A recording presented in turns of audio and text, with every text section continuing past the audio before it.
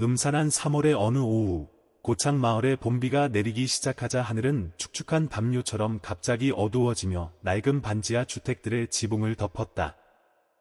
축축한 흙냄새, 오랫동안 청소하지 않은 하수구 냄새, 그리고 플라스틱 통에서 시큼하게 익어가는 김치 냄새까지.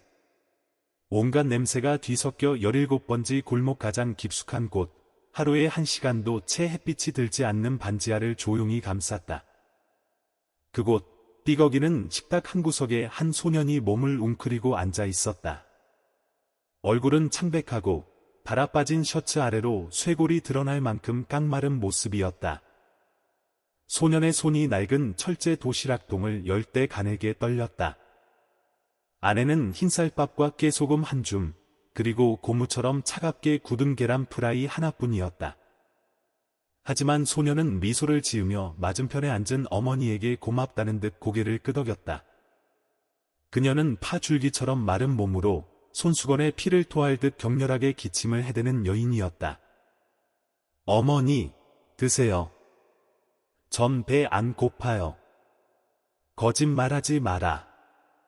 내 배에서 꼬르륵 소리 난 지 한참 됐다. 지훈아. 어머니의 시선을 이기지 못한 지훈은 마지못해 얌전히 젓가락을 들어 마지막 남은 계란 프라이를 입에 넣었다. 하지만 그의 시선은 여전히 가슴을 부여잡고 물 한 컵도 2번에 나눠 겨우 삼키는 어머니를 몰래 훔쳐보고 있었다.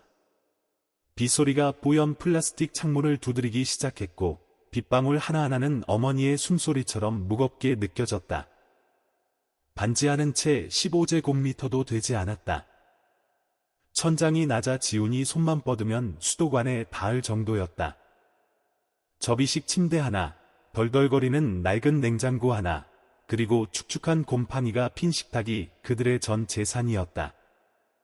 그들은 얼마 안 드는 보조금과 어머니가 방직 공장에서 자벽부로 일하던 시절 모아둔 돈으로 생활했다. 먼지 가득하고 습한 환경에서 수년간 살아온 탓에 지훈의 어머니는 만성 폐쇄성 폐질환, COPD를 앓고 있었다.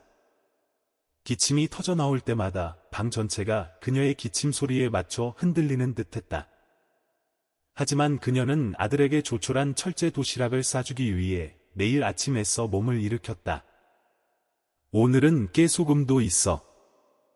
옆집 할머니한테 얻었단다. 내가 기침하는 소리를 듣고 주시더구나. 내일은 제가 깡통 더 많이 주울게요, 어머니.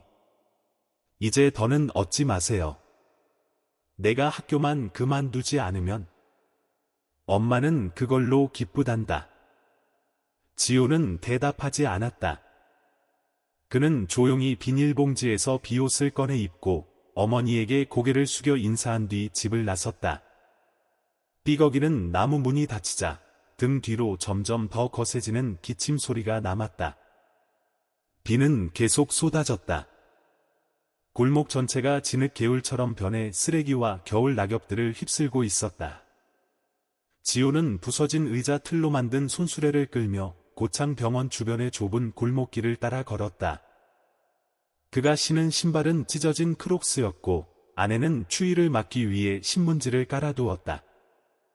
음료수 캔을 줍기 위해 허리를 숙일 때마다 비옷이 위로 말려 올라가 진흙투성이 바짓단이 드러났다. 병원 근처에 다다르자 지호는 처마 밑에서 잠시 비를 피했다. 뱃속에서 천둥 같은 소리가 났다. 그는 철제 도시락 뚜껑을 열었다. 빗소리 사이로 도시락통이 발칵 하고 울렸다. 밥은 차갑게 식었지만 깨소금 냄새는 희미하게 남아 향긋했다. 그는 미간을 찌푸린 채 보도를 하얗게 뒤덮는 빗줄기를 바라보며 밥을 먹었다. 그때 기둥 뒤에서 쉰 기침 소리가 들려왔다. 지호는 고개를 돌렸다. 한 노인이 콘크리트 기둥 뒤에 웅크리고 앉아 있었다. 몸은 잔뜩 움츠렸고 옷은 흠뻑 젖었으며 발에는 찢어진 슬리퍼를 신고 있었다. 그의 눈은 흐릿했지만 어딘가 아주 고요한 기운이 감돌았다. 구걸하지도 말을 걸지도 않았다. 그저 누군가를 기다리는 듯 조용히 길가를 바라볼 뿐이었다. 소녀는 잠시 망설이다가 남은 밥을 반으로 나눠 그에게 다가갔다. 아저씨, 밥 좀 드세요. 제가 다 못 먹겠어서요. 노인은 아무 말도 하지 않았다. 그는 소년을 바라보았고 그 눈빛이 살짝 흔들렸다. 몇 초 후 그는 천천히 손을 내밀어 도시락통을 받았다. 그리고 찢어지고 해진 안주머니에서 노숙인의 손에 들려 있기엔 비현실적일 만큼 깨끗한 흰 손수건을 꺼냈다. 그는 손수건을 내밀어 소년의 손에 쥐어주고는 소리 없는 감사 인사처럼 가볍게 고개를 끄덕였다. 그 순간 지우는 가슴속이 이상하리만치 따뜻해지는 것을 느꼈다. 그는 뒤돌아 걸어갔다. 등 뒤에서 노인이 하얀 빗줄기 너머로 자신을 계속 지켜보고 있다는 사실을 알지 못한 채. 그날 밤 지우는 지친 다리를 이끌고 집으로 돌아왔다. 어머니는 긴 기침 끝에 잠들어 있었다. 그는 도시락 뚜껑을 열었다. 이제는 깨소금 몇 알만 붙어 있을 뿐이었다. 노인이 준 손수건은 서랍 속에 수학 공책 바로 아래에 소중히 놓아두었다. 손수건에는 강이라는 작은 글자가 수놓아져 있었다. 지우는 그 의미는 몰랐지만 그저 아름답고 깨끗하다고만 생각했다. 그는 어머니 곁에 누웠다. 빗소리는 여전히 머리맡의 작은 창문을 두드렸다. 가로등 불빛이 뿌연 유리를 비스듬히 통과하며 어둠 속에 조용히 놓인 손수건의 그림자를 비췄다. 그리고 그는 전혀 알지 못했다. 내일 모든 것이 변하리라는 것을. 반지하로 스며든 새벽빛은 희미한 얼룩에 불과했다. 지우는 어머니의 거친 기침 소리에 잠에서 깼다. 그는 벌떡 일어나 가슴을 부여잡고 창백해진 얼굴에 식은땀을 줄줄 흘리는 어머니를 보고는 겁에 질렸다. 피에 젖은 손수건이 곁에 덩그러니 놓여 있었다. 어머니, 괜찮으세요? 그냥 숨이 좀 차서. 너는 학교 가거라. 늦겠다. 하지만 지우는 듣지 않았다. 그는 낡은 휴대폰을 꺼내 떨리는 손으로 구급차를 불렀다. 15분 후 구급차가 골목 앞에 섰다. 구급대원 3명은 들꺼들어 어머니를 반지하에서 꺼내는데 10분이나 걸렸다. 소녀는 뒤따라 달렸고 지늘기 옷자락까지 튀었으며 비는 여전히 부슬부슬 내리고 있었다. 구급차 문이 쾅 닫혔다. 지우는 생쥐꼴로 흠뻑 젖은 채 마치 기적을 바라는 듯 흰 손수건을 꼭 쥔 손으로 그 자리에 서 있었다. 고창 병원은 멀지 않았지만 지훈에게 그곳은 완전히 다른 세상이었다. 그는 대기실 의자에 몸을 웅크리고 앉아 발소리, 안내 방송, 그리고 바삐 오가는 간호사들의 소리를 들었다. 그의 손에는 70만 원에 달하는 보증금이 적힌 입원비 등록증이 들려 있었다. 김수정 환자분 아드님 맞으시죠? 한 간호사가 불렀다. 네. 누군가 입원비 전액을 결제하셨어요. 여기 확인증입니다. 누가요? 확실하지 않아요. 보낸 분 성함이 익명으로만 되어 있어서요. 그런데 이상하네요. 서류 처리 끝나고 5분도 안 돼서 바로 입금됐어요.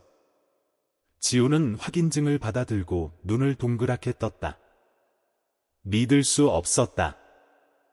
하지만 바로 그때 병원 창밖으로 검은색 세단 한 대가 스쳐 지나갔다.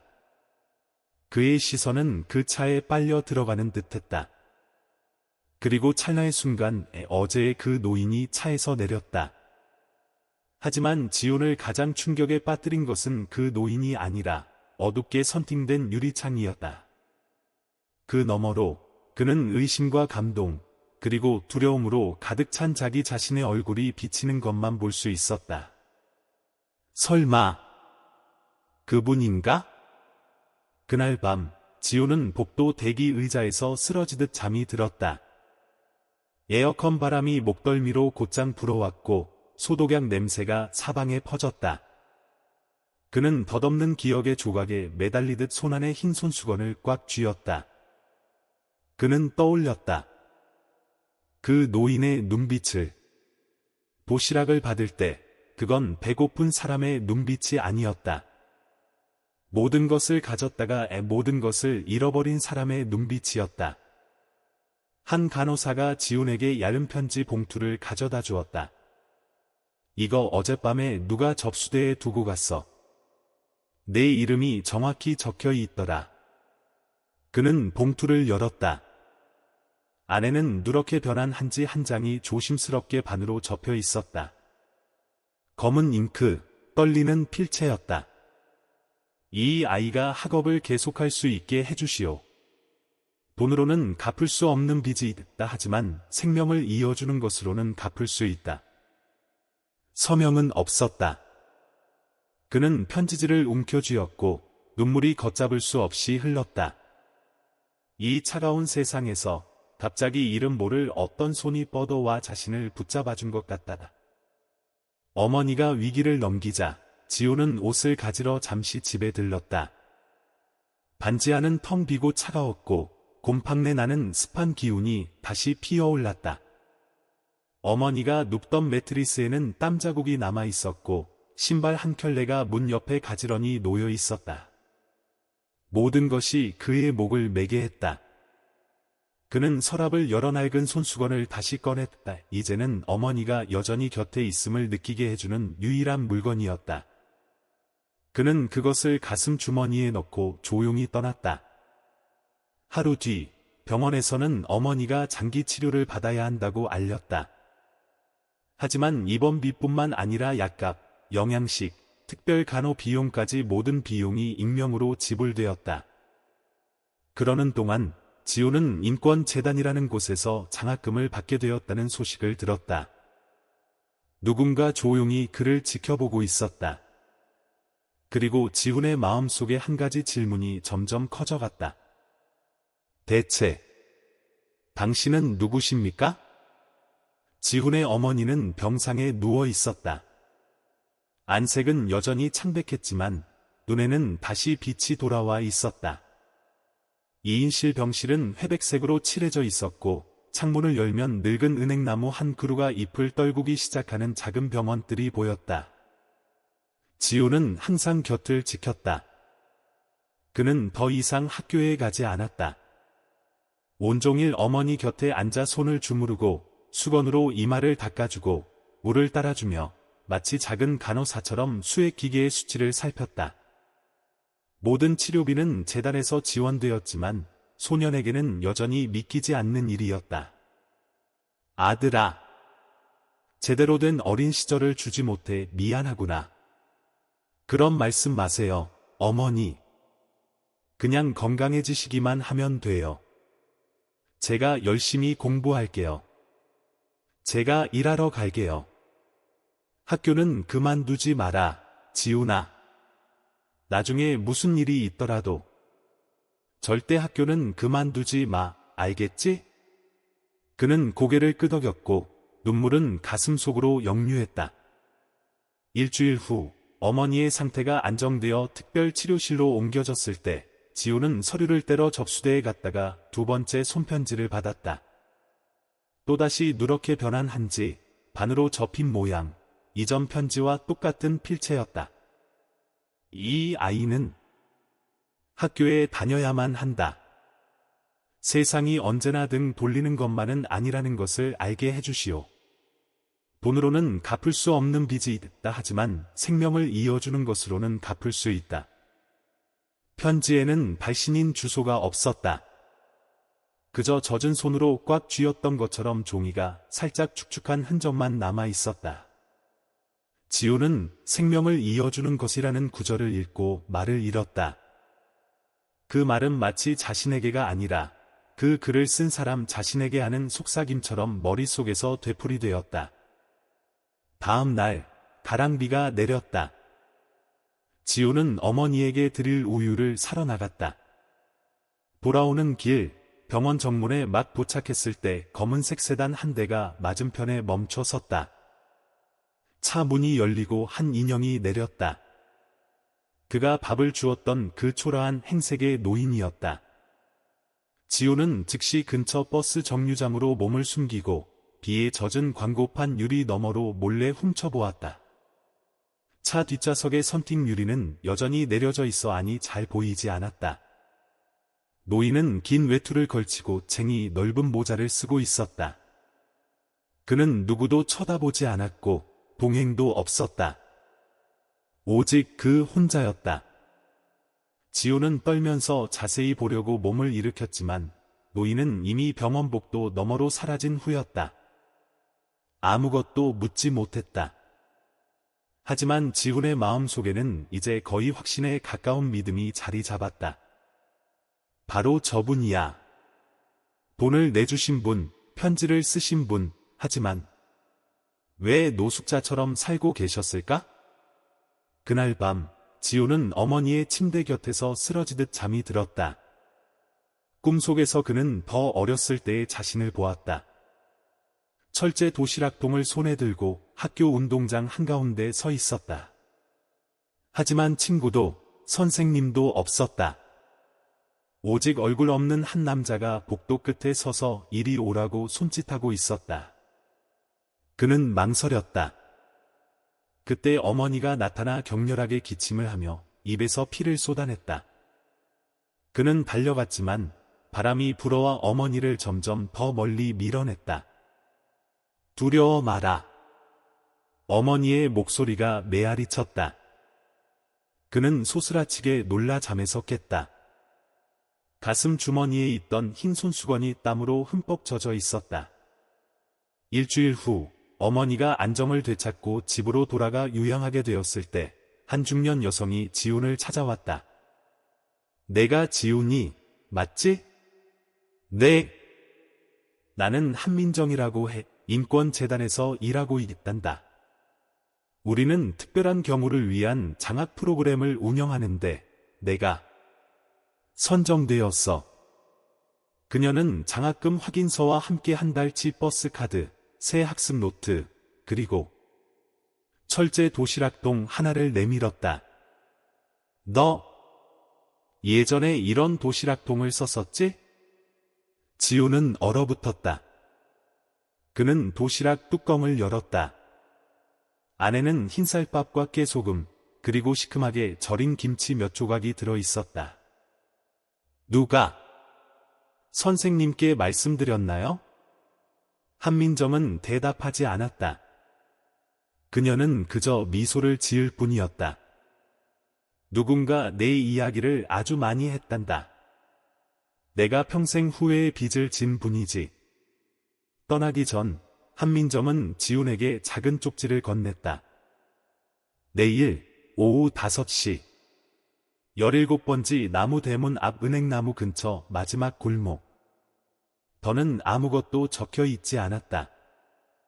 하지만 필체를 본 순간 지훈은 알아차렸다.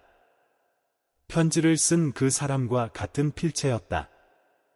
다음 날 하늘은 여전히 흐렸고 바람은 축축한 흙과 썩은 잎사귀 냄새를 실어 날랐다. 지훈은 낡은 고창 지역 끝자락에 있는 17번지 집 앞에 섰다. 그곳은 약한 전력 때문에 가로등 몇 개만 깜빡이는 작은 골목이었다.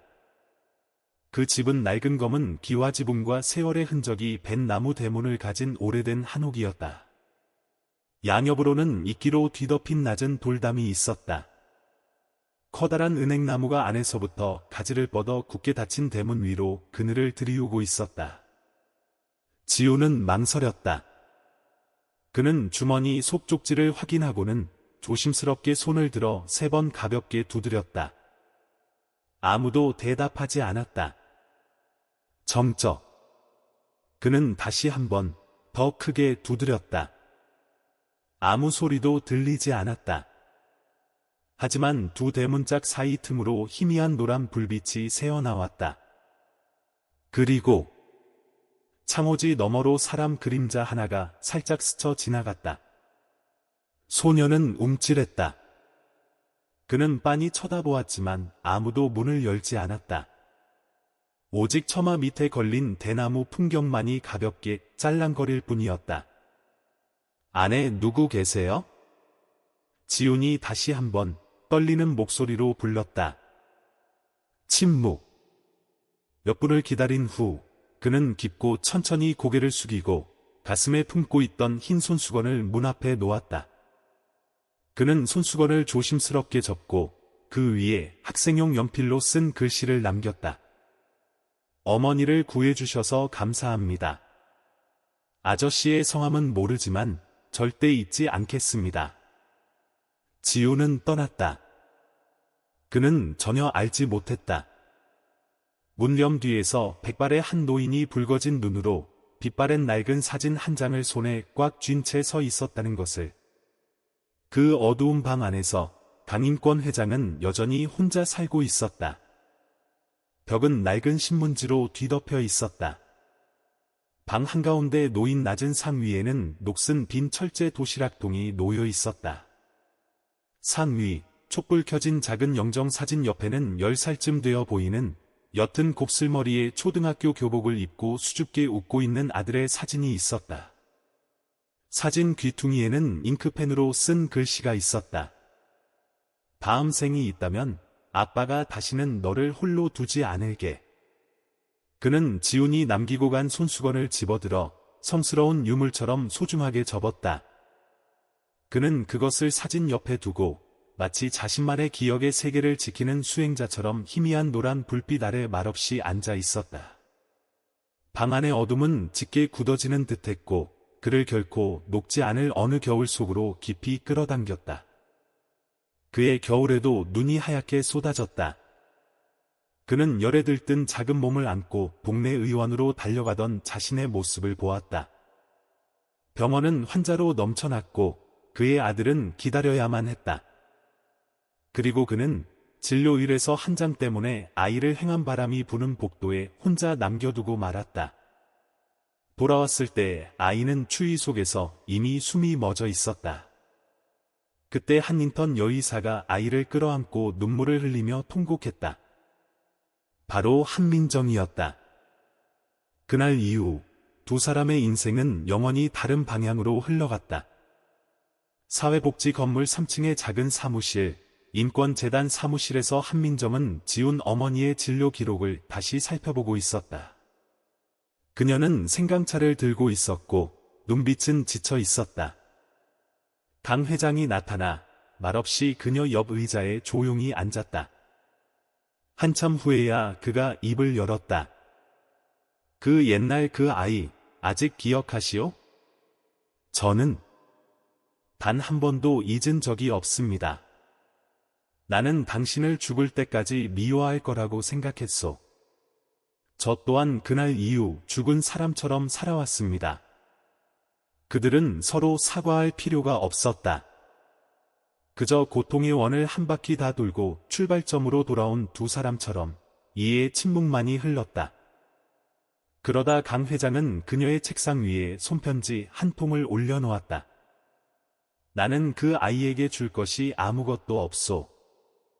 하지만 당신은 있소. 제가 무엇을 할 수 있을까요? 이 빚을 갚는 걸 도와주시오. 당신이 오래전 내게 갚지 못했던 것처럼.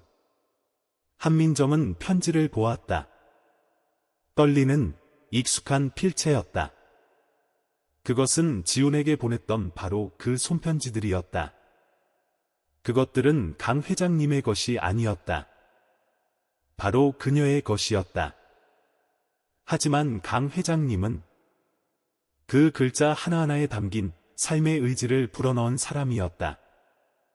밤, 지훈은 작은 스탠드 불빛 아래서 공부하고 있었다. 어머니가 남긴 철제 도시락통은 여전히 책상 위에 깨끗이 씻기고 닦여 있었다. 그는 새로 빤 손수건을 꺼내 접어서 보물처럼 서랍 속에 넣었다. 그는 아직 알지 못했다. 인권재단 3층 창문에서 두 사람이 자신을 지켜보고 있다는 것을. 한 사람은 아들의 목숨에 빚을 졌던 사람, 다른 한 사람은 선한 눈빛을 가진 아이에게서 자신의 양심을 되찾고 있는 사람이었다. 어딘가에서 비 내리는 밤의 약속 하나가 가장 작은 것들로서 한 걸음 한 걸음 형태를 갖추어가고 있었다. 지훈이 15살이 되었을 때 그를 둘러싼 세상도 변하기 시작했다. 머리카락은 더 길어졌고 키는 컸지만 여전히 마른 체형이었으며 흰 셔츠는 예전처럼 깨끗하지 않았고 소매 끝이 달아해져 항상 깔끔하게 걷어 올렸다. 어머니는 더 이상 곁에 없었지만 지호는 여전히 올곧고 자존감 있게 살아가려 애썼다. 그는 누구에게도 한 푼 구걸하지 않았고 여전히 매일 오후 재활용 캔을 모았으며 주말에는 버스 터미널 근처 작은 서점에서 아르바이트를 했다. 하지만 가난한 동네 사람들이 수군거리는 이유는 그가 단 한 번도 수업료를 내지 않는다는 사실 때문이었다. 그 돈들은 물론이고 교재비, 겨울옷, 심지어 점심값까지 인권희망복지재단이라는 이름의 한 단체에서 한 푼도 빠짐없이 꼬박꼬박 지불해 주었다. 단 한 번, 유일하게 한 번, 지호는 학교 사무실에서 자신의 서류와 함께 나타난 그 여자를 보았다. 한민정. 그날은 건조하고 쌀쌀한 초가을 바람이 불었다. 지훈이 우연히 교무실 앞을 지나가다가 학생 서류를 손에 들고 나오는 한 여자를 마주쳤다. 얼굴은 낯설었지만 눈빛은 무척이나 익숙했다. 그녀는 그에게 가볍게 고개를 숙여 인사하고는 한마디 말도 없이 조용히 지나쳐갔다. 담임 선생님 책상 위에는 여전히 추천인 한민정 인권재단이라는 글씨가 적힌 장학금 추천서가 놓여 있었다. 지호는 마음속에서 무언가 끓어오르는 것을 느꼈다. 감사함이라고 하기에는 미묘했다. 오히려 의심에 가까웠다. 그녀의 익숙함, 그를 바라보는 방식은 단순한 재단 직원 같지 않았다. 그는 그녀가 자신을 예전부터 알고 있었다는 느낌을 받았다. 다음 달, 지호는 목포에 있는 인권재단 본사로 초대를 받았다. 그곳은 바다 근처 조용한 골목에 위치한 하얀색 2층 건물이었다. 사무실은 작았고 직원도 몇 명 없었으며 아이들의 사진과 다음과 같은 구호들로 소박하게 장식되어 있었다. 누구도 품위 있게 살 자격이 없는 사람은 없습니다. 우리는 주는 것이 아니라 단지 마음들을 이어줄 뿐입니다. 한민정이 문 앞에서 그를 맞았다. 그녀는 따뜻한 생강차 한 잔을 따라 그의 앞에 놓고 부드럽게 미소 지었다. 내가 왜 여기에 초대받았는지. 아니, 제가 지원을 받아서요? 그것뿐만이 아니야. 너를 만나고 싶어 하는 분이 계셔. 하지만 아직 준비가 안 되셨나 봐. 그분이 그분 댁에 한번 찾아와 문을 두드려주는 것에 동의하는지 알고 싶어 하셨어. 지호는 침묵했다. 내가 동의한다면 내가 데려다 줄게. 그날 오후 작은 버스가 목포를 떠나 낮은 산과 누렇게 시든 풀밭 아래 한옥들이 조용히 자리 잡은 고창 외곽으로 향했다. 한민정과 지호는 조용히 앉아 있었다. 목적지에 도착했을 때 그녀는 차에서 내리지 않았다. 그저 작은 골목길을 바라보며 말했다. 만약 뭔가 불편하게 느껴지면 그냥 돌아와도 돼. 하지만 괜찮다면 이 손수건을 그분께 전해드리렴. 그녀는 갈색 천 주머니에 곱게 접힌 흰 손수건 하나를 그에게 건넸다. 지호는 그것을 보았다.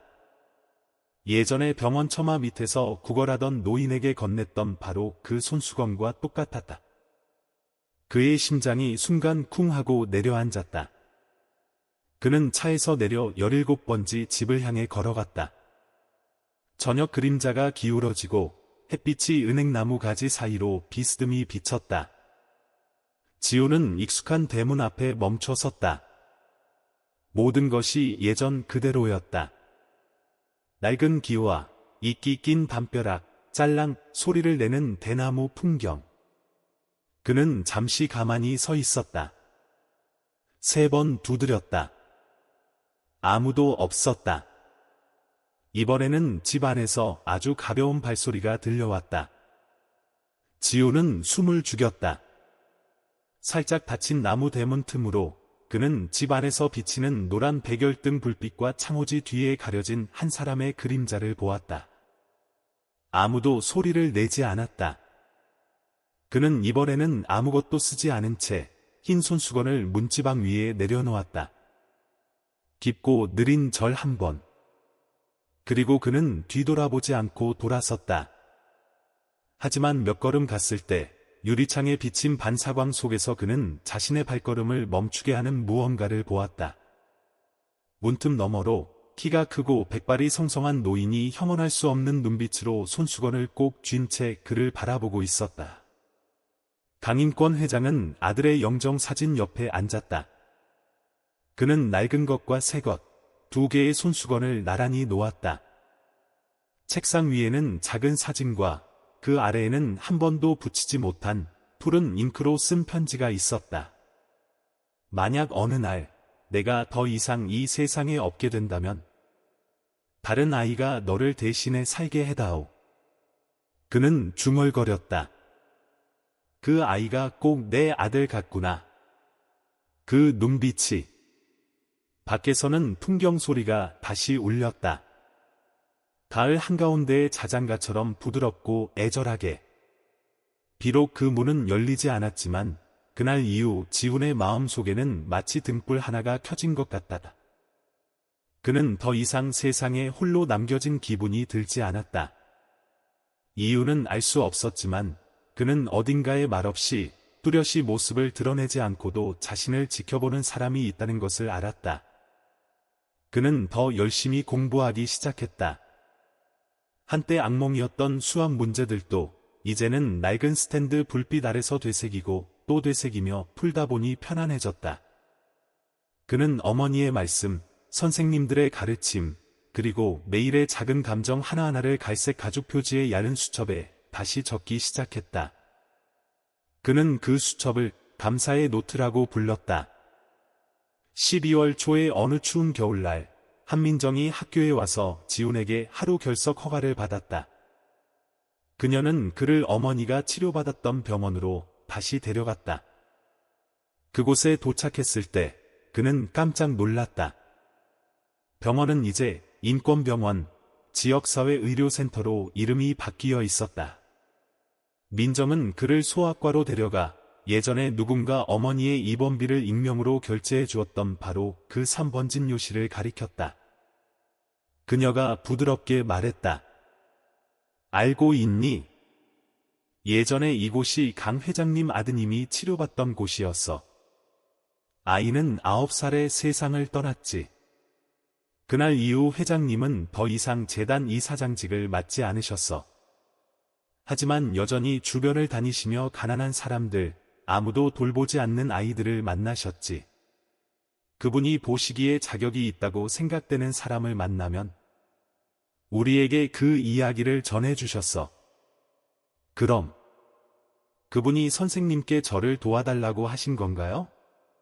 민정은 눈가가 살짝 붉어진 채 고개를 끄덕였다. 그분께는 더 이상 돈이 없어. 하지만 그분께는 내가 빚진 것이 있었지. 지호는 침묵했다. 민정은 그를 보며 슬프게 웃었다. 나는 그 아이가 세상을 떠나던 날 밤 당직 인턴이었어.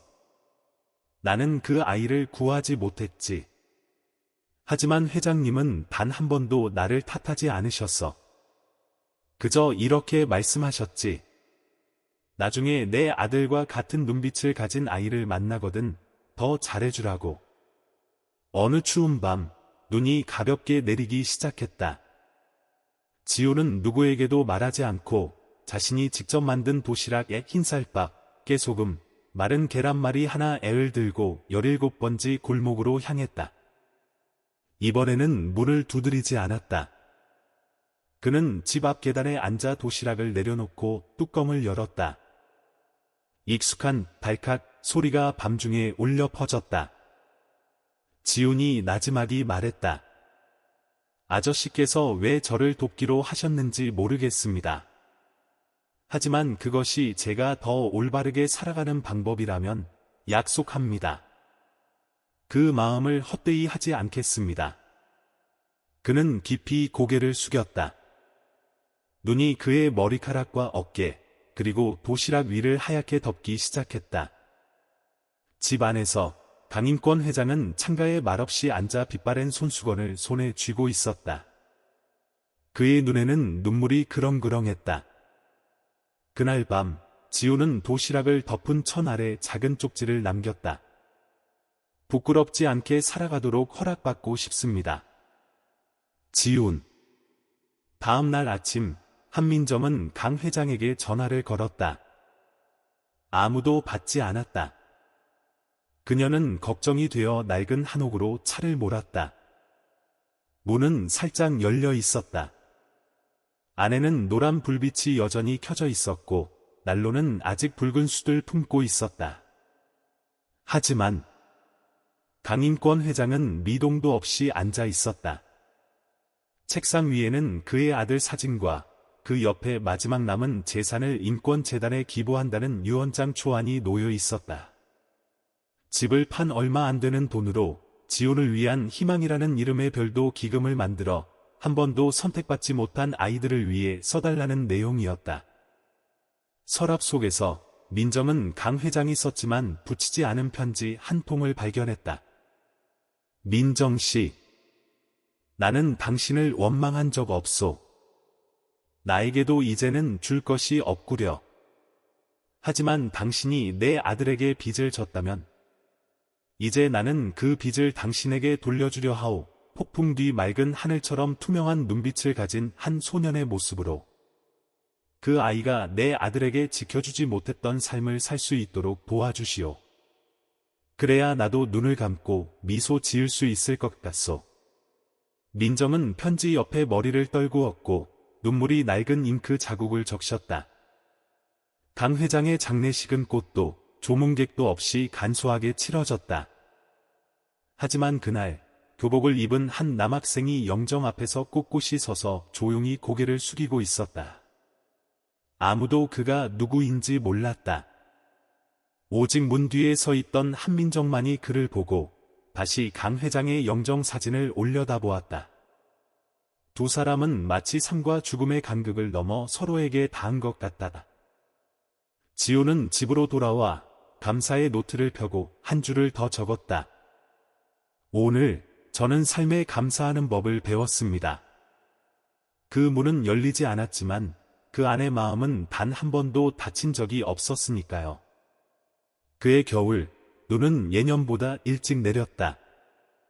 고창 산비탈의 나뭇가지들은 잎사귀를 모두 떨군 채 앙상한 가지들을 바람에 흔들고 있었다. 지우는 얇은 눈발 속을 걸었다. 낡고 얇은 외투는 겹겹의 옷을 뚫고 들어오는 차가운 바람을 막기엔 역부족이었다. 그는 더 자랐고 깡마르고 뼈대가 드러났지만 눈빛만은 병원 처마 밑에서 노인을 처음 만났던 날처럼 여전히 고요하고 깊었다. 올해 13살, 중학교 1학년인 그는 여전히 익숙한 일에 낡은 동네를 돌며 깡통을 모으고 폐지를 줍는 일을 계속했다. 구불구불한 골목길, 녹슨 철제 발코니, 그리고 축축한 반지하 지붕들은 마치 지훈의 발자국 하나하나를 새겨놓은 듯했다. 한민정 씨는 꾸준히 그를 지원했지만 그의 삶에 깊이 개입한 적은 한 번도 없었다. 그들은 거리를 유지했다. 마치 서로 닿지 않지만 늘 조용히 서로를 지켜보는 두 개의 평행선처럼. 그날 지역 보건소에서 무료 진료 차례를 기다리던 지우는 복도 끝에서 몸을 웅크리고 앉아있는 8살쯤 되어 보이는 여자아이를 발견했다. 얼굴은 창백했고 손으로는 배를 꼭 끌어안은 채 신음소리조차 내지 못하고 있었다. 아이의 어머니는 곁에 앉아 지치고 부끄러운 표정으로 이따금 고개를 돌려 눈물을 닦았다. 간호사 한 명이 나와 지훈의 이름을 불렀다. 그는 일어섰다가 다시 여자아이를 돌아보았다. 저기요, 저 아이가 먼저 들어가면 안 될까요? 간호사는 그를 보며 잠시 망설이다가 고개를 끄덕였다. 여자아이는 부축을 받아 진료실로 들어갔고 지우는 밖으로 나와 마스크를 고쳐 쓴 뒤 평소처럼 깡통을 줍는 여정을 계속했다. 어느새 비가 내리고 있었다. 처음에는 가랑비 같더니 이내 밤까지 이어지는 끈질긴 비가 되었다. 지우는 얇은 천 모자를 쓰고 처마 밑과 하수구 가장자리, 심지어 물에 흠뻑 젖은 쓰레기통 안에서 캔 껍데기를 하나씩 주워 담았다. 집에 도착했을 때 그의 몸은 얼음장처럼 차가웠다. 원래도 추운 반지하 방은 더욱 뼈에 사무쳤다. 욕실 전등 스위치를 돌리는 그의 손이 떨렸다. 전구는 몇 번 깜빡이다 희미한 빛을 냈다. 그는 허리를 숙여 세수하다가 연신 재채기를 했고 가슴이 타는 듯한 기침을 했다. 갑작스러운 현기증이 덮쳤다. 그는 벽에 손을 짚고 버텨보려 했지만 다리가 말을 듣지 않았다. 쿨러. 기침 소리가 마치 칼로 목을 베는 듯 터져나왔다. 그는 비틀거리다 차가운 타일 바닥으로 고꾸라졌다. 숨결은 희미해지고 눈앞이 흐려졌다. 그는 정신을 잃었고 귓가에는 창문 쇠틀을 두드리는 빗소리와 문틈으로 새어드는 바람 소리만이 맴돌았다. 그 후에 무슨 일이 일어났는지는 아무도 정확히 알지 못했다. 다음 날 아침, 은색 SUV 한 대가 반지하 동네로 이어지는 작은 골목 앞에 멈췄다. 한민정 씨가 내렸다. 손에는 약이 든 종이봉투와 김이 모락모락 나는 종이 도시락을 들고 있었다. 그녀의 얼굴은 창백했고 이마에는 주름이 끊임없이 잡혔다. 지훈의 방문은 잠겨있지 않았다. 그녀가 가볍게 밀고 들어가자 텅 비고 싸늘한 방이 나타났다. 안쪽 욕실 등은 여전히 켜진 채 희뿌연 흰빛을 비추고 있었다. 그녀는 심장이 터져 나올 듯한 기분으로 달려 들어갔다. 지호는 세면대 가장자리에 엎드려 있었고 몸은 얼음장처럼 차가웠으며 입술은 파랗게 변해 있었다. 그녀는 몸을 숙여 그의 코에 귀를 가져다 댔다. 숨결은 거의 느껴지지 않을 만큼 미약했다. 지훈아. 그녀의 목소리가 메었다. 순식간에 그녀의 능숙한 손은 휴대용 산소통을 꺼내 밸브를 열고 그의 코에 마스크를 씌웠다. 다른 손은 떨면서 가방에서 약의 항생제, 소염제, 쇼크 방지제를 꺼냈다. 마치 이 일이 일어날 것을 예감이라도 한 듯 모든 것이 미리 준비되어 있었다. 거의 10분간의 긴급 처치 끝에 지우는 다시 숨을 쉬기 시작했다. 그는 혼미한 상태에서 눈을 떴고 눈에는 눈물이 그렁그렁했으며 입술을 달싹였다. 선생님. 민정씨는 주저앉아 그의 어깨를 감쌌다. 아무 말도 하지 마. 이제 괜찮아. 그날 저녁, 지호는 몸을 덮이고 옷을 갈아입고 약을 먹었다. 반지하 방이 처음으로 따뜻해졌다. 낡은 전기난로 때문이 아니라 사람의 온기, 수증기, 그리고 작은 죽 한 모금씩을 마시도록 달래는 한민정 씨의 부드러운 목소리 때문이었다. 지호는 벽에 등을 기댄 채 여러 번 세탁했지만 여전히 새하얀 색을 간직한 흰 손수건을 꽉 쥐고 있었다. 제가 아픈 걸 어떻게 아셨어요? 한 씨는 바로 대답하지 않았다. 그녀는 책상 위에 놓인 철제 도시락통을 빤히 바라보다가 낡은 손수건으로 시선을 옮겼다. 처음 그 노인분을 만났던 거 기억하니? 네, 기억해요. 그 손수건. 그때 그분이 너에게 주신 거야. 그는 가볍게 고개를 끄덕였다. 그의 눈에는 의심과 함께 풋풋한 믿음이 반짝였다. 그분, 아직 살아계시나요? 한 씨는 입술을 깨물고 대답하지 않았다. 손수건을 보는 그녀의 눈빛이 살짝 흔들렸다. 그녀는 손을 뻗어 손수건 가장자리를 만졌다. 마치 잔주름처럼 얽힌 작은 바느질 자국들이었다. 지훈이 잠들자 그녀는 일어나 작은 방을 정리했다. 책상 위 손수건을 집어들 때 그녀의 손이 가늘게 떨렸다가 다시 내려놓았다. 그녀의 눈에 눈물이 그렁그렁했고 목소리는 어둠 속에서 겨우 들릴 듯한 속삭임이 되었다.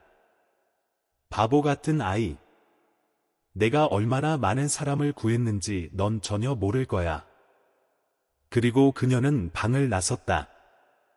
문은 조용히 닫혔지만 그녀의 마음 속에서는 무언가가 이제 막 열렸다.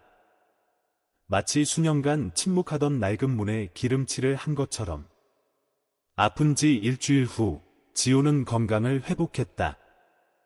얼굴은 아직 창백했지만 눈에는 익숙한 빛에 강인하고 침착한 빛이 돌아와 있었다. 그는 흰 손수건을 조심스럽게 접어 침대 머리맡에 두고 철제 도시락통 뚜껑을 열어 확인했다. 아니, 오래전에 식었다는 것을 알면서도 여전히 흰쌀밥과 깨소금이었다. 희미한 향기가 오래전 어머니의 떨리던 손길을 떠올리게 했다. 그는 흩어진 깨알들을 한참 멍하니 바라보다가 조용히 뚜껑을 닫았다.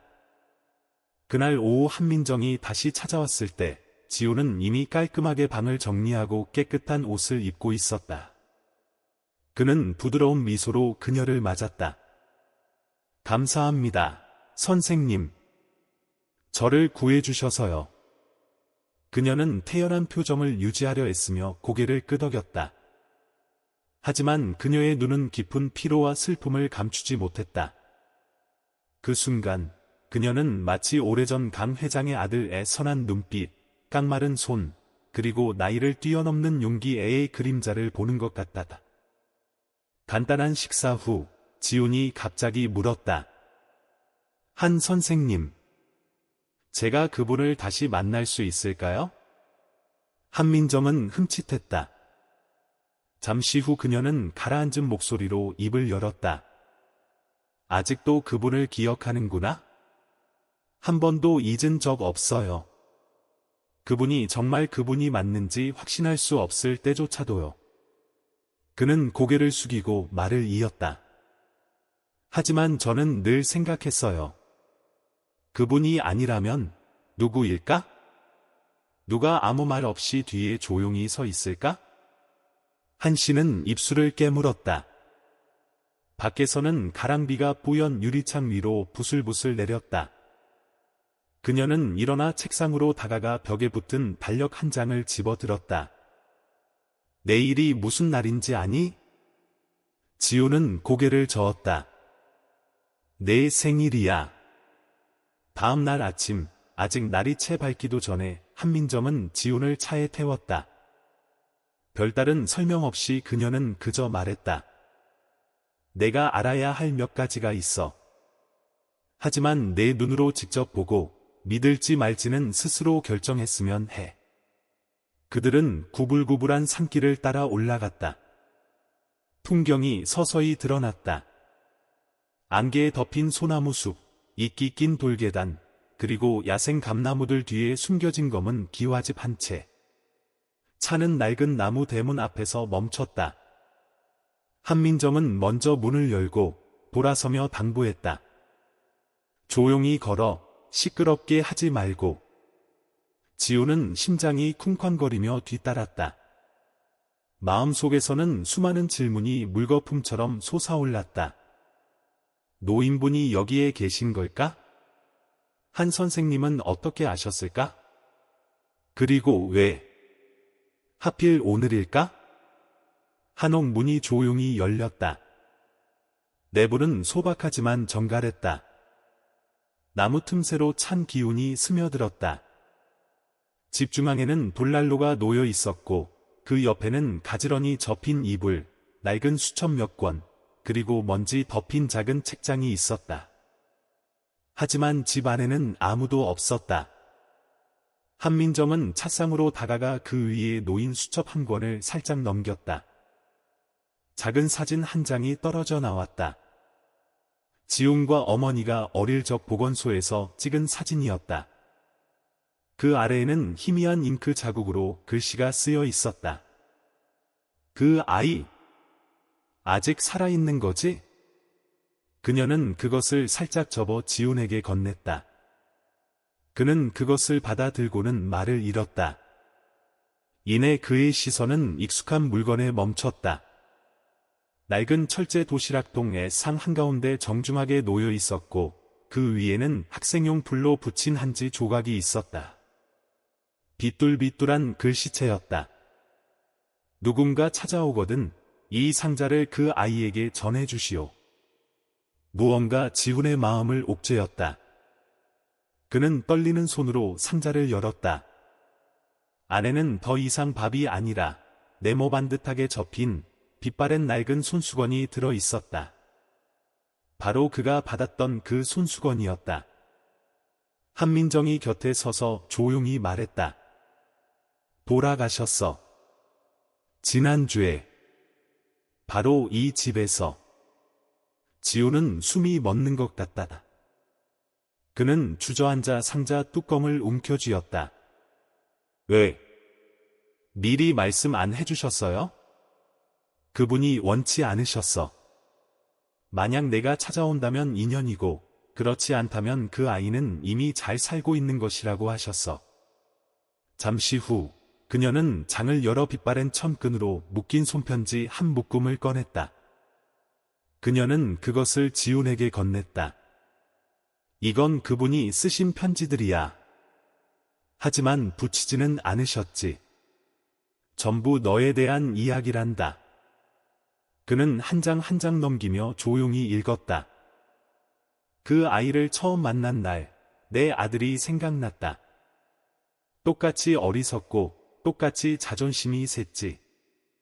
나는 그 아이에게 줄 것이 없었다. 내가 외면했던 연민 외에는. 만약 내가 죽는다면 누군가 그 아이가 살도록 도와주길 바란다. 누군가에게 사랑받았다는 사실에 부끄러워하지 않고 살도록. 한민정의 목소리가 갈라졌다. 그날 나는 당직 인턴이었어. 그 아이의 강 회장님의 아들 애는 주사 후 아나필락시스 쇼크가 왔지. 나는 제때 대처하지 못했어. 지우는 고개를 들었다. 집 틈새로 불어온 바람이 편지 몇 장을 허공으로 날려 땅에 떨어뜨렸다. 나는 생각했어. 그 아이를 구하지 못했다면 적어도 다른 아이라도 구할 수 있을 거라고. 그 순간 지우는 아무 말도 하지 않았다. 그는 그저 편지들을 접어 도시락통 안에 다시 가지런히 넣었다. 그는 손수건을 들어 오랫동안 바라보았다. 저는 그분께 감사 인사를 빚었어요. 아니야, 지훈아. 그 아이는 스스로에게 당당한 삶을 빚진 거란다. 그날 오후, 그들은 한옥을 떠났다. 강인권 회장의 유골이 안치된 산 정상에는 돌 비석 하나가 세워져 있었다. 거기에는 이런 글귀가 새겨져 있었다. 강인권, 무연고. 지우는 손수건을 손안에 꽉 쥔 채 오랫동안 서 있었다. 그의 눈은 메말랐지만 바람은 차가웠다. 가슴을 옥죄는 듯한 추위였다. 그는 말없는 작별 인사처럼 깊이 고개를 숙였다.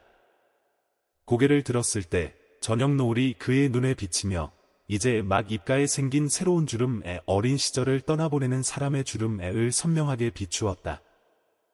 몇 년 후 서울 연세대학교 의학도서관의 고요한 공간, 이제 마지막 학년 학생이 된 지훈이 창가에서 부지런히 필기하고 있었다.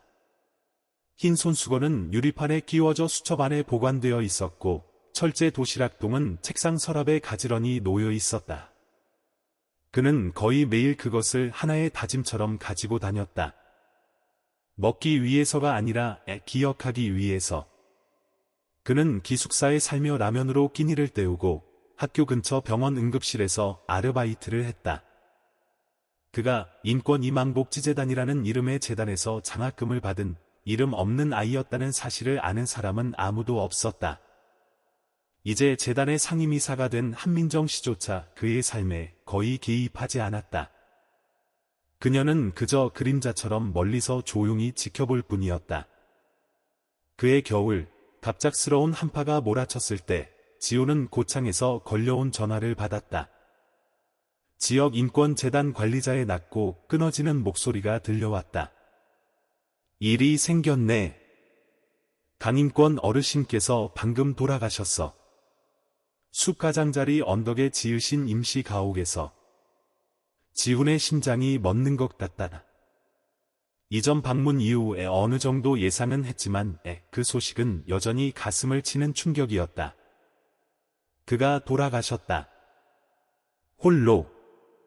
메시지도 작별 인사도 남기지 않은 채. 그는 서둘러 가장 빠른 버스를 타고 고창으로 향했다. 버스가 강 회장의 임시 목조 주택이 있는 작은 언덕 앞에 멈췄을 때는 아직 날이 채 밝지 않았다. 진눈깨비가 부슬비에 섞여 투명한 흰 줄기처럼 흩날렸다. 지우는 길가에서 급히 꺾은 들꽃 다발을 손에 들고 축축하고 차가운 풀밭을 지나 오솔길을 따라 힘겹게 걸었다. 눈앞에 작은 목조 주택이 안개 속에서 조용히 모습을 드러냈다. 문은 살짝 닫혀 있었다. 아무 소리도 들리지 않았다. 지훈이 안으로 들어섰다. 썩은 나무 냄새, 오래된 장작 연기, 그리고 옅은 차 향기가 뒤섞여 아주 독특한 기억의 향애를 만들어냈다. 책상 위에는 여전히 낡은 찻잔 세트가 있었다. 그 옆에는 녹슬었지만 깨끗하게 닦인 철제 도시락통이 반듯하게 놓여 있었다. 밑면에는 학생용 불로 붙인 한지 조각이 있었고 종이 모서리가 살짝 떨어져 있었다. 그는 다가가 바닥에 앉아 배낭에서 종이칼을 꺼내 조심스럽게 종이를 떼어냈다. 익숙한 필체에 비뚤비뚤하지만 감정이 가득한 글씨였다. 나 같은 거지에게 밥을 나눠주었던 그 아이에게 미처 하지 못했던 진심 어린 한마디. 상자 안에는 더 이상 밥도 이전처럼 손수건도 없었다. 대신 초록색 낙하산 줄로 조심스럽게 묶인 손편지 한 묶음이 들어 있었다. 지우는 가볍게 떨리는 손으로 그것을 집어들었다. 그는 첫 번째 편지를 꺼냈다. 처음 도시락을 받았을 때 나는 울었다. 배고파서가 아니라 내가 여전히 사람이라는 것을 느꼈기 때문이다. 그 아이의 깡마르고 순진한 애는 내가 평생 생각지도 못했던 일을 했다. 아무것도 바라지 않고 나누어 주는 것. 그는 마치 주변 어딘가에서 그의 목소리가 울리는 듯 한 장 한 장, 한 줄 한 줄 읽어 내려갔다. 어떤 편지에는 그가 폐지를 주우러 다녔던 이야기가, 어떤 편지에는 아들을 그리워하며 잠 못 이루던 밤에 대한 이야기가, 그리고 지훈이 자라는 것을 보면서도 아는 척하지 못했던 갈등으로 가득 찬 편지들도 있었다. 거의 마지막에 놓인 편지 한 장은 필체가 달랐다. 더 힘있고 옅은 소독약 냄새가 났다. 한민정 씨, 당신 편지를 읽었소. 그 죄책감이 어떤 느낌인지 이해하오. 나도 10년 동안 그것과 함께 살았으니까. 하지만 그 아이는 누구의 속죄양이 되어서는 안 돼요. 그 아이는 평범한 아이처럼 살아야 하오. 보상의 대상도 누구의 그림자도 아니란 말이오. 당신은 당신의 방식으로 그 아이를 구했소. 아이가 스스로 길을 선택하게 하시오. 그리고 나는 이름 없는 편지 배달부처럼 조용히 곁을 걸어가겠소. 지우는 말을 잃었다. 강 회장이 이토록 엄격한 어조를 사용한 것을 본 것은 이번이 처음이었다. 그리고 그가 자신이 생각했던 것처럼 무심한 방랑자가 아니라 산산조각난 영혼을 가진 아버지, 자신이 잃어버린 좋은 것을 다른 이에게 주기 위해 마지막 남은 용기를 끌어모은 사람이었다는 것을 처음으로 이해했다. 그는 마지막 편지를 열었다. 다른 편지들보다 두껍고 종이는 약간 구겨져 있었으며 물에 젖었던 것처럼 잉크가 살짝 번져 있었다. 지훈아, 만약 내가 이 편지를 읽는다면 그건 내가 이미 떠났다는 뜻이겠지. 슬퍼하지 말 거라. 나는 충분히 살았고 다행히도 마지막 날들 동안 내가 살고 웃고 조금씩 자라는 것을 볼 수 있었단다. 내가 누구인지 알 필요는 없다.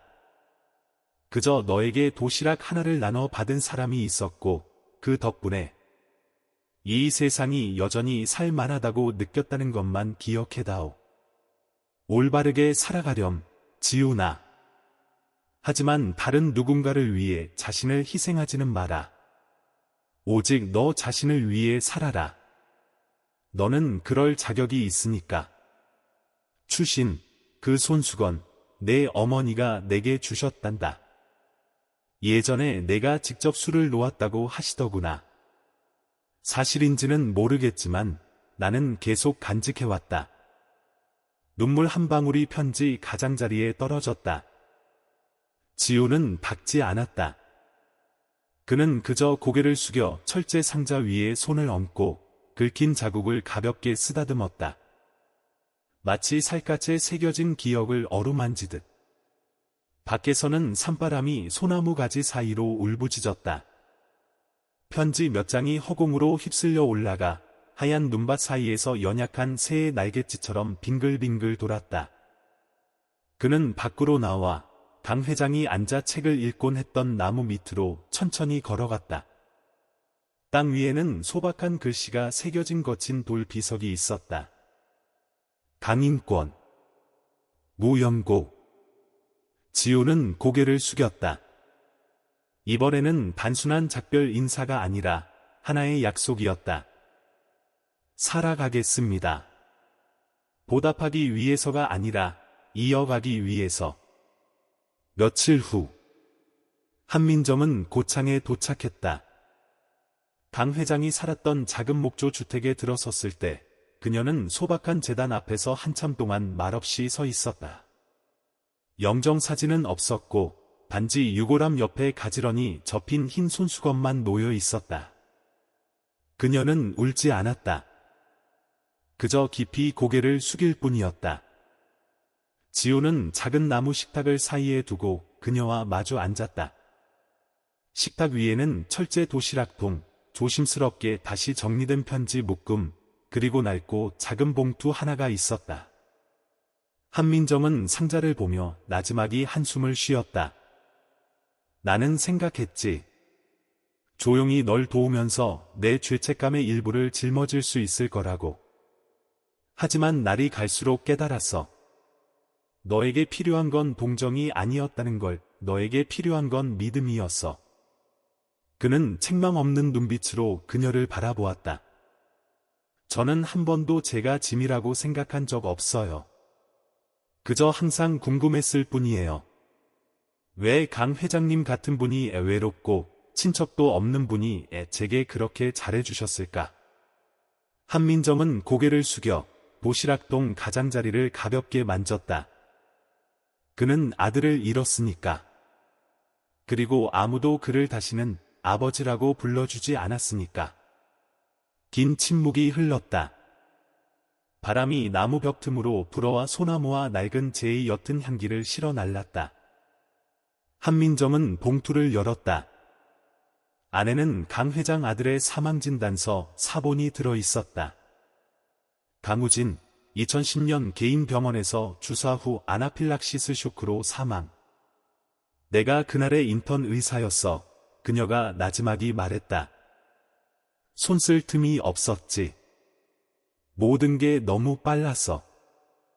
내가 구하지 못했어. 아들의 죽음 후 강 회장은 방향을 잃었다.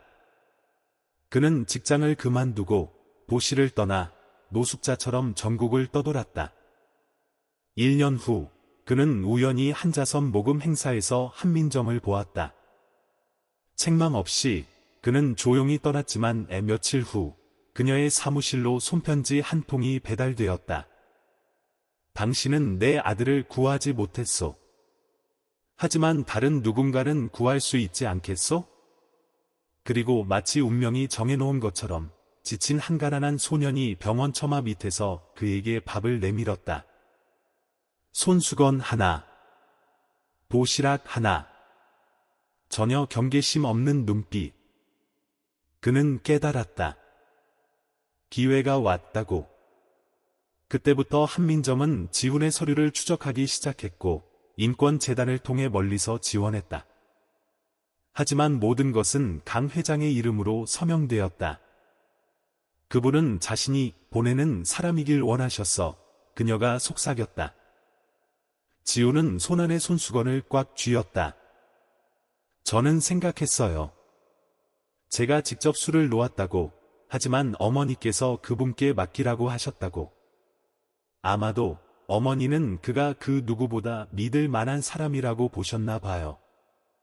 한민정은 눈가가 붉어진 채 고개를 끄덕였다. 우리 중 누구도 완벽하지 않아. 하지만 우리는 여전히 옳은 일을 할 수 있어.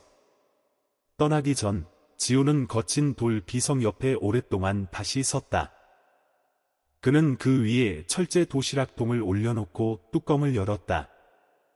안에는 갓 쓴 종이 한 장뿐이었다. 그 자신의 글씨, 아직 잉크가 마르지 않은 글씨였다. 살아주셔서 감사합니다. 저를 버리지 않아 주셔서 감사합니다. 그는 손수건을 다시 상자 안에 넣었다. 뚜껑을 닫았다. 그리고 일어나 배낭을 어깨에 맸다. 멀리서 한민정이 그를 지켜보았다. 그녀의 눈에는 더 이상 죄책감이 아니라 아주 가벼운 평온함이 깃들어 있었다.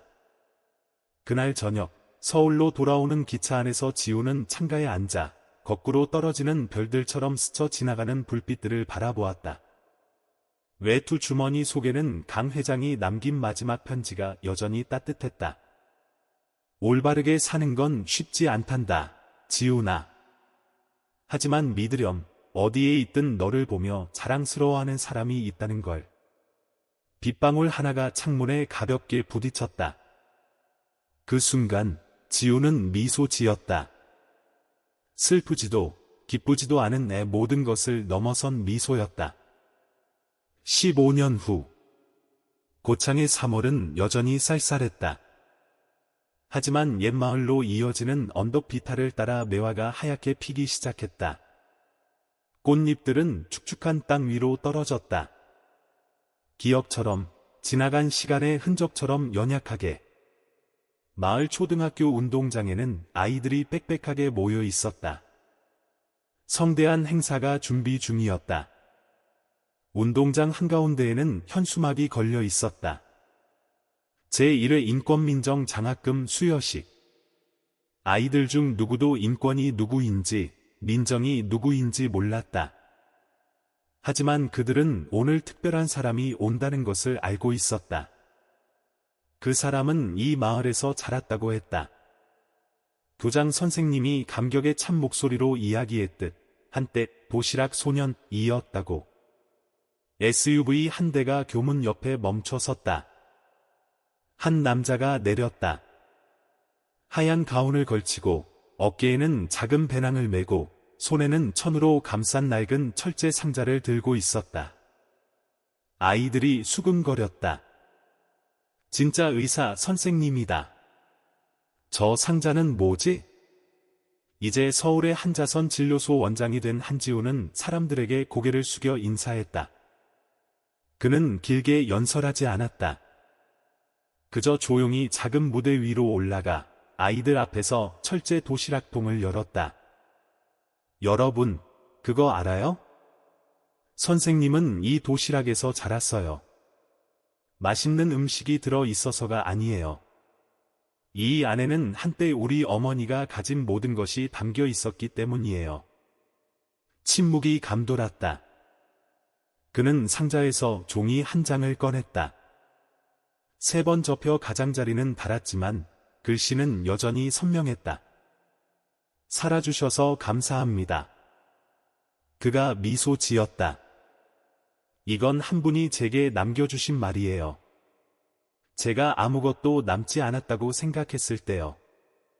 그리고 오늘 선생님은 이 말을 다시 전해주고 싶어요. 여러분 중에 자신이 작고 보잘것없고 무력하다고 느꼈던 누구에게라도요. 여러분은 살 가치가 있어요. 그리고 가치 있게 살 자격이 있어요. 행사가 끝났을 때 4학년 여자아이가 지훈의 손을 잡아 끌었다. 의사 선생님, 정말 고창에서 사셨어요? 그가 몸을 숙였다. 응, 반지하에서. 아침에 일어나면 축축한 벽돌담만 보이는 곳이었지. 지금 우리 집이랑 똑같아요. 여자아이가 기어들어가는 목소리로 말했다. 그렇다면 더 강해져야겠네. 가장 낮은 곳이야말로 바로 서는 법을 배우는 곳이니까. 여자아이는 반짝이는 눈으로 고개를 끄덕였다. 밤이 되자 고창에는 가랑비가 내렸다. 지우는 어머니의 옛집에 이제는 철거되어 시멘트 바닥과 남은 벽돌 몇 개만 남은 애터 앞에 홀로 섰다. 그는 흙바닥 위에 도시락통을 내려놓고 주머니에서 흰 손수건, 여전히 그날처럼 깨끗한 애를 꺼냈다. 그는 주저앉아 상자 뚜껑에 묻은 빗방울을 부드럽게 닦아냈다. 그리고 새 종이를 꺼내 안쪽에 넣었다. 저는 살아왔습니다. 외면하지 못했던 분들 덕분에. 바람이 불자 그의 하얀 가운이 빗속에서 가볍게 흩날렸다.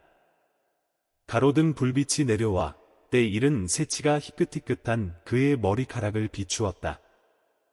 늙어서가 아니라 의학에, 환자들에게, 그리고 결코 꺼지지 않는 감사함에 온몸을 바쳐 살아온 세월 때문이었다.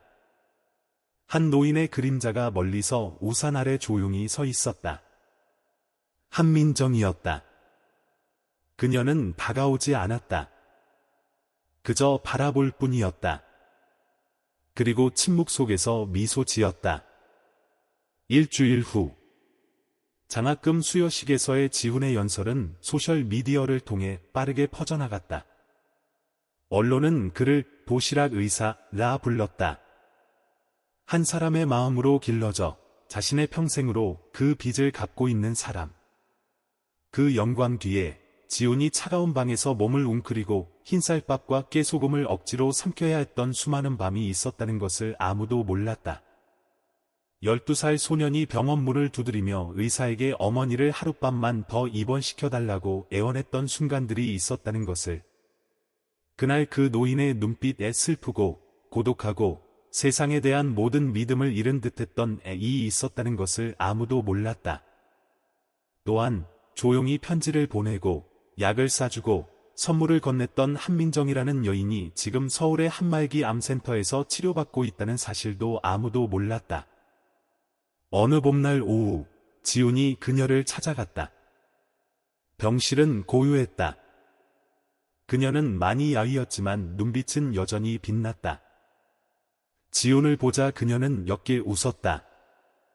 가운이 내가 처음 입었던 날처럼 여전히 새하얗구나. 그가 앉아 그녀의 마르고 여인 손을 잡았다. 누나가 없었다면 오늘의 지훈은 없었을 거예요. 강 회장님이 안 계셨다면 그녀가 말을 잘랐다. 침묵. 두 사람은 유리창 너머를 바라보았다. 밖에는 매화가 발코니 가득 떨어져 있었다. 마치 놓쳐버린 꿈처럼. 마치 한 번도 말하지 못한 사과처럼.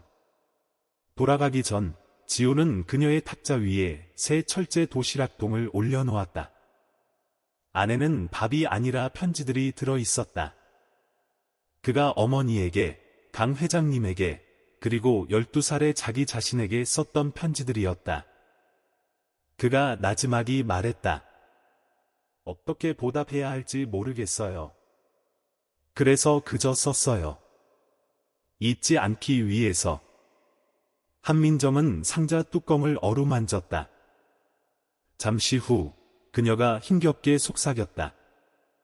어렸을 때 의사가 되고 싶었던 건 사람을 구하기 위해서가 아니었어. 왜 사람들이 제때가 아닐 때 죽는지 이해하고 싶었기 때문이야. 그리고 이제 너는 내가 죽음이 더 이상 두렵지 않게 된 이유란다. 두 사람은 미소 지었다. 눈물 젖은 미소였다. 6월, 지훈은 고창으로 돌아왔다. 그는 젊은 의사들과 함께 이동 진료소를 열었다. 이름은 옥당, 옥당, 한때 그의 낡은 반지하였던 곳, 옥처럼 빛나는 방이라는 뜻이었다. 벽에는 흑백 사진 한 장이 걸려 있었다. 도시락을 든 어린 지훈이 병원 처마 밑에 앉아 있는 모습. 누가 찍었는지 알 수 없는 낡은 사진이었다. 아마도 그의 어머니였을 것이다. 어쩌면 지나가던 사람이었을지도 모른다. 하지만 지훈에게 그것은 기억이었다. 사진 아래에는 간결한 글씨가 새겨져 있었다. 모든 도시락, 모든 편지, 우리를 믿어주었던 모든 사람은 햇빛이 들지 않던 시절의 빛이었다. 개소식 날 밤, 또 비가 내렸다. 지훈은 뜰에 홀로 서서 낡은 흰 손수건을 손에 쥐고 있었다. 그는 하늘을 올려다보며 비가 뺨을 적시도록 내버려 두었다. 한 아이가 달려와 그에게 우산을 씌워주었다. 의사 선생님, 왜 비 맞고 계세요? 그는 아이를 보며 부드러운 눈빛으로 말했다. 선생님은 아무도 우산을 씌워주지 않는 아이였거든. 아이는 잠시 말이 없었다. 그러다 갑자기 아이는 손을 뻗어 그의 손을 잡아 끌었다. 그럼 이제 제가 있잖아요. 같이 들어가요. 지훈은 웃음을 터뜨렸다. 그는 여전히 손수건을 꽉 쥔 채 아이를 따라 걸었다. 바람이 불었다. 하얀 가운이 밤비 속에서 가볍게 흩날렸다. 풍경은 점차 흐려졌다. 오직 발소리, 아이의 웃음소리, 그리고 조용히 흘러가는 하나의 기억만이 남았다. 가끔은 거창한 반전이나 기적이 필요 없는 이야기들이 있습니다. 그저 낡은 도시락통 하나, 손수건 하나, 그리고 한때 도움을 받은 한 사람만으로도 인생 전체를 밝혀줄 수 있습니다. 마지막 순간까지 함께 들어주셔서 진심으로 감사합니다. 지훈과 강 할아버지, 민정 선생님처럼 조용히 살아가는 이들의 이야기가 당신의 마음을 살짝이라도 울렸다면 어쩌면 우리도 인생 어딘가에서 그런 따뜻한 도시락의 일부였을지도 모릅니다. 이 이야기가 의미 있었다면 좋아요와 구독 버튼을 눌러주세요. 그 작은 클릭이 저에게는 또 다른 따뜻한 이야기를 전할 수 있는 큰 힘이 됩니다.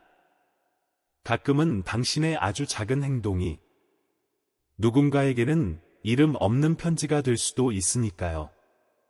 다음 이야기에서 또 만나요.